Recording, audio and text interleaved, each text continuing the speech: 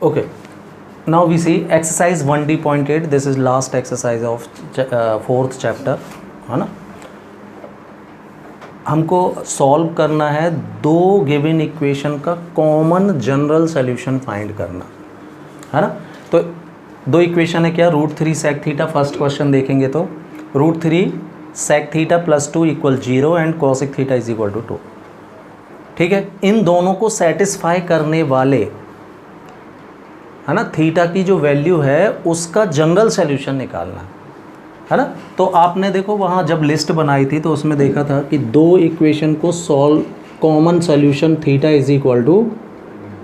2n pi plus alpha, ये formula होता है वेयर अल्फ़ा जो होगी, alpha is the common value of theta satisfying both the equation number 1 and 2। तो हम क्या करेंगे, इक्वेशन 1 को सॉल्व करके इसकी सारी प्रिंसिपल वैल्यू पता कर लेंगे, फिर ऐसे ही इक्वेशन नंबर 2 की सारी प्रिंसिपल वैल्यू पता करेंगे और फिर जो भी कॉमन वैल्यू होगी उसके लिए जनरल सॉल्यूशन लगा देंगे। क्लियर, ये हमारा इसमें काम होता है। तो इक्वेशन नंबर 1 को पिक करें भाई। बाय इक्वेशन 1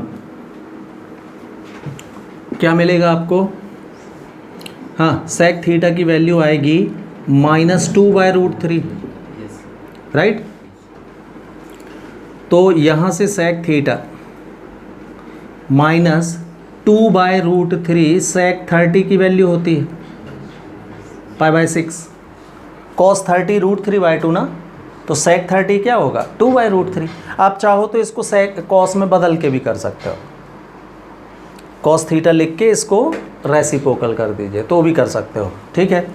अब सेक नेगेटिव है भाई, तो कोऑर्डिनेट सिस्टम में अगर आप देखें तो सेक कहाँ कहाँ नेगेटिव मिलेगा आपको, एक तो सेकंड क्वाड्रेंट में क्योंकि सेकंड में साइन बस पॉजिटिव होता है, और एक मिलेगा आपको कहाँ, ये थर्ड में है ना। थर्ड में केवल tan बस पॉजिटिव होता है, तो सेक दो जगह नेगेटिव मिलेगा।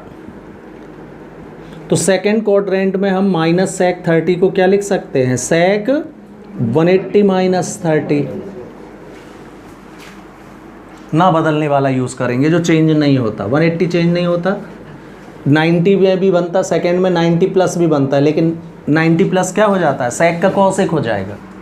तो यहाँ सेक से सेक फिर नहीं हटा पाओगे आप, और सेकंड वैल्यू मिलेगी क्या, सेक पाई + π/6, राइट।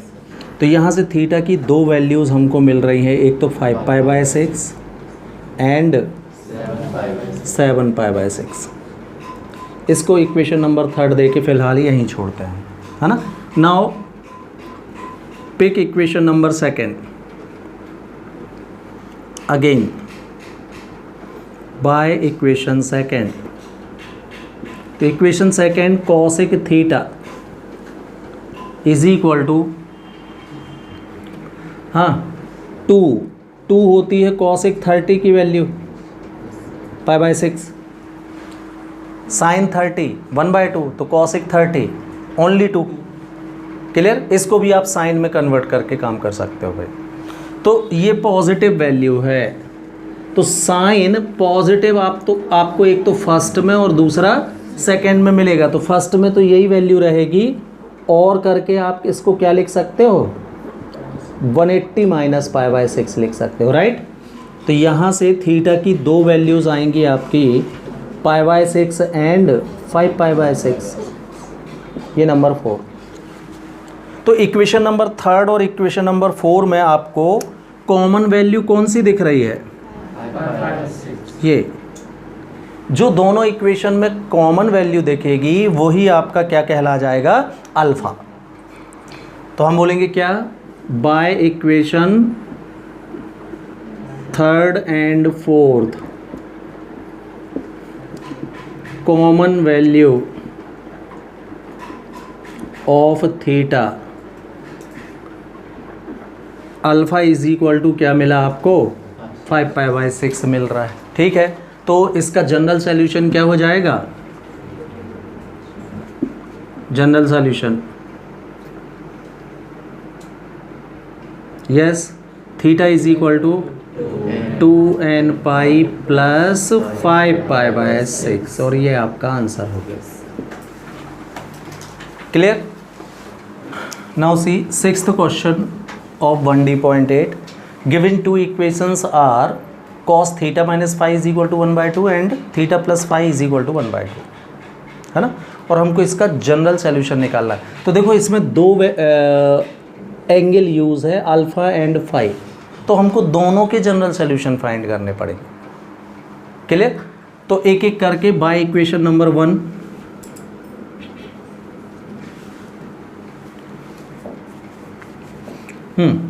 तो कॉस थीटा माइनस फाई में अगर आप इसकी प्रिंसिपल वैल्यू देखते हैं 1/2,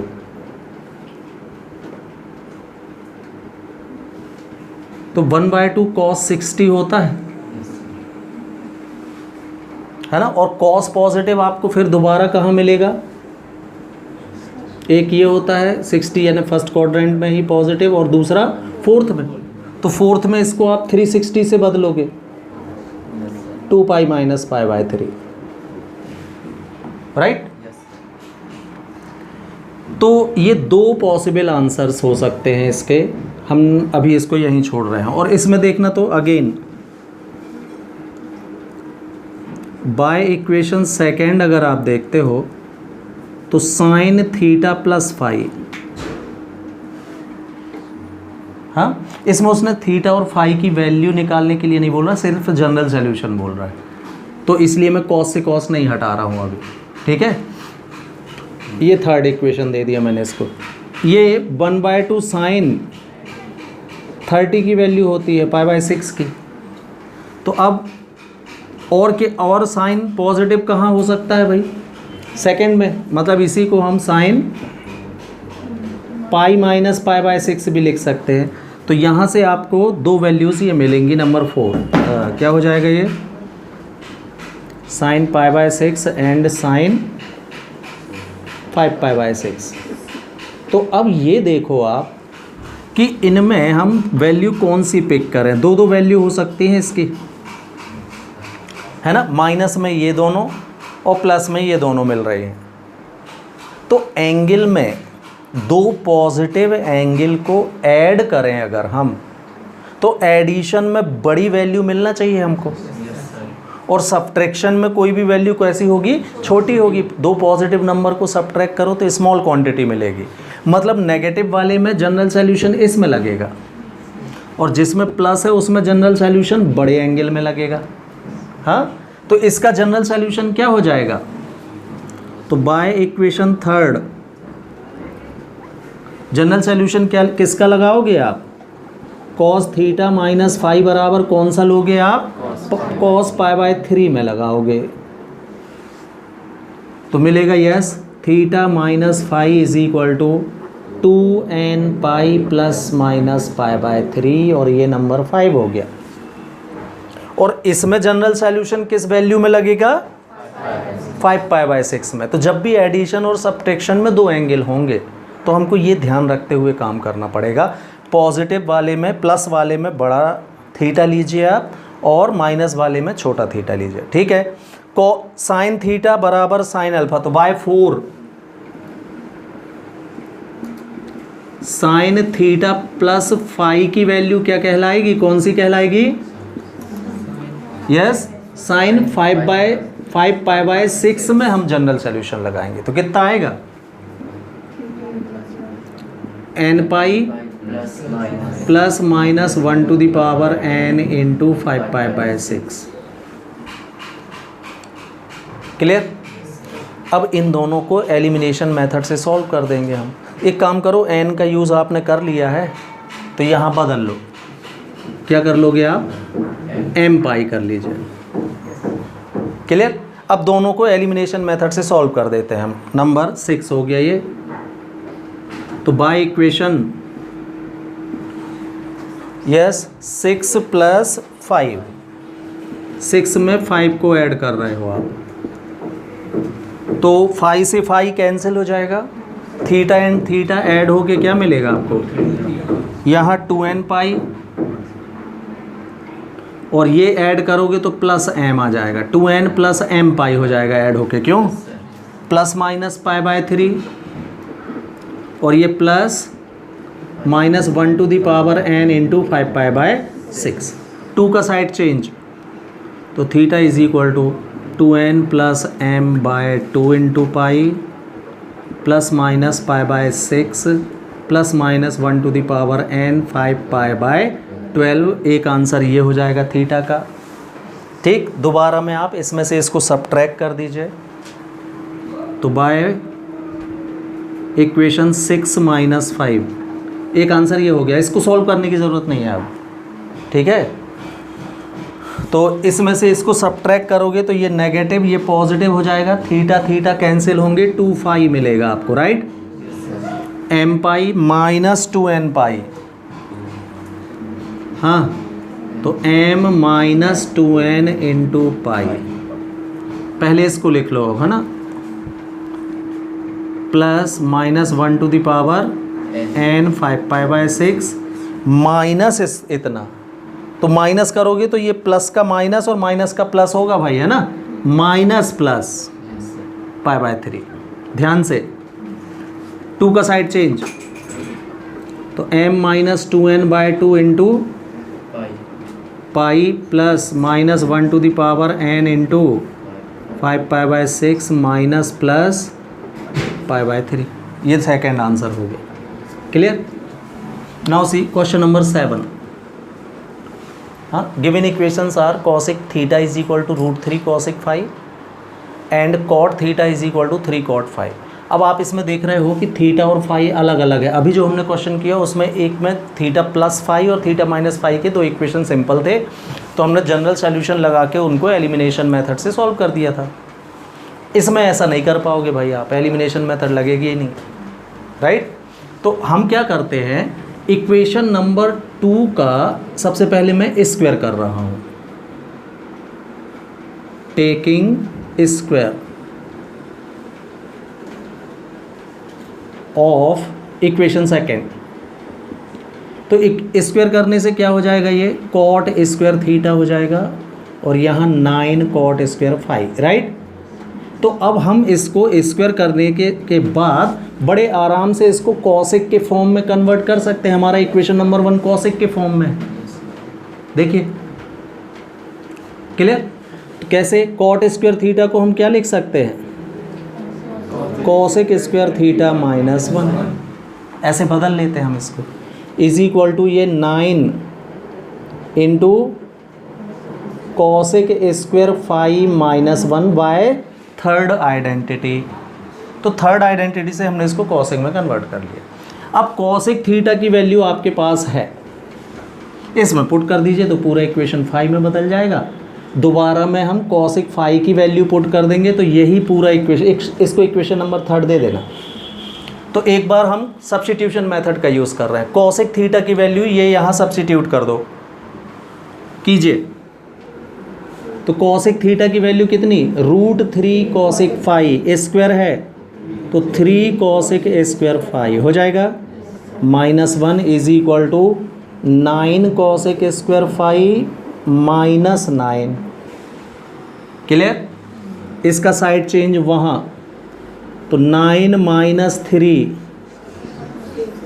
6 कॉसेक स्क्वायर फाई बचा, और ये -9 यहाँ आके +9 हो जाएगा, तो 9 माइनस 1 8 आएगा। ये कोई डाउट है?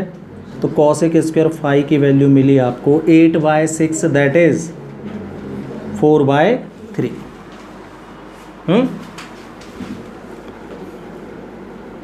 तो कॉसेक फाई हो गया कितना, 2/√3 टेकिंग स्क्वायर रूट। क्लियर? तो ये किसकी वैल्यू होती है, और बदल लो, ज़्यादा है, चलो साइन फाई और करके √3/2 किसकी वैल्यू, साइन 60 की, मतलब π/3 की।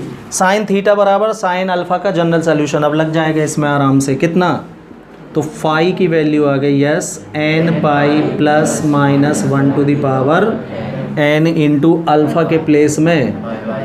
ये हो गया भाई आपका एक आंसर फाई का। ठीक है, अब हम दोबारा में क्या करेंगे, यहाँ से कॉसिक फाई की वैल्यू निकालेंगे। √3 का साइड चेंज कर दो तो कॉसिक थीटा अपॉन √3 आने लगेगी।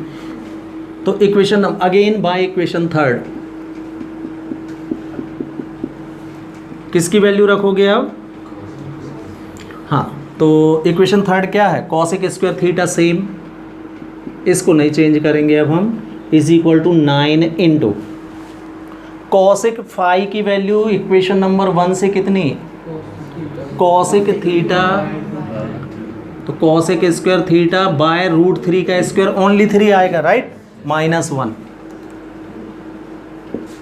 अब इसको सॉल्व कर लीजिए। 9 का मल्टीप्लाई करोगे तो 3 कॉसिक स्क्वायर थीटा माइनस 9 बन जा, ये उधर ये इधर, तो 2 cosec square theta is equal to again 8 बचेगा, तो cosec square theta is equal to 4, है ना। तो साइन स्क्वायर थीटा हो जाएगा आपका, या टेकिंग स्क्वायर रूट 2, और you can write sine theta is equal to, तो ये किसकी वैल्यू है अब? साइन 30 मतलब π/6 की है। साइन थीटा बराबर साइन अल्फा, जनरल सोल्यूशन फिर से, theta is equal to n pi plus minus 1 to the power n into π/6, ये सेकेंड आंसर हो। तो अब इस तरीके से करना पड़ेगा भाई हमको, ठीक है। कोई डाउट है? इस फॉर्म में नहीं दे रहा है आंसर, किस फॉर्म में? अच्छा, वो कोई बात नहीं, हो सकता है हम इसका स्क्वायर करके कॉट में भी तो कन्वर्ट कर सकते थे ना। तो कॉट में tan वाला फॉर्मूला लगने लगता, बिल्कुल कंफ्यूज होने की ज़रूरत नहीं, सही है वो।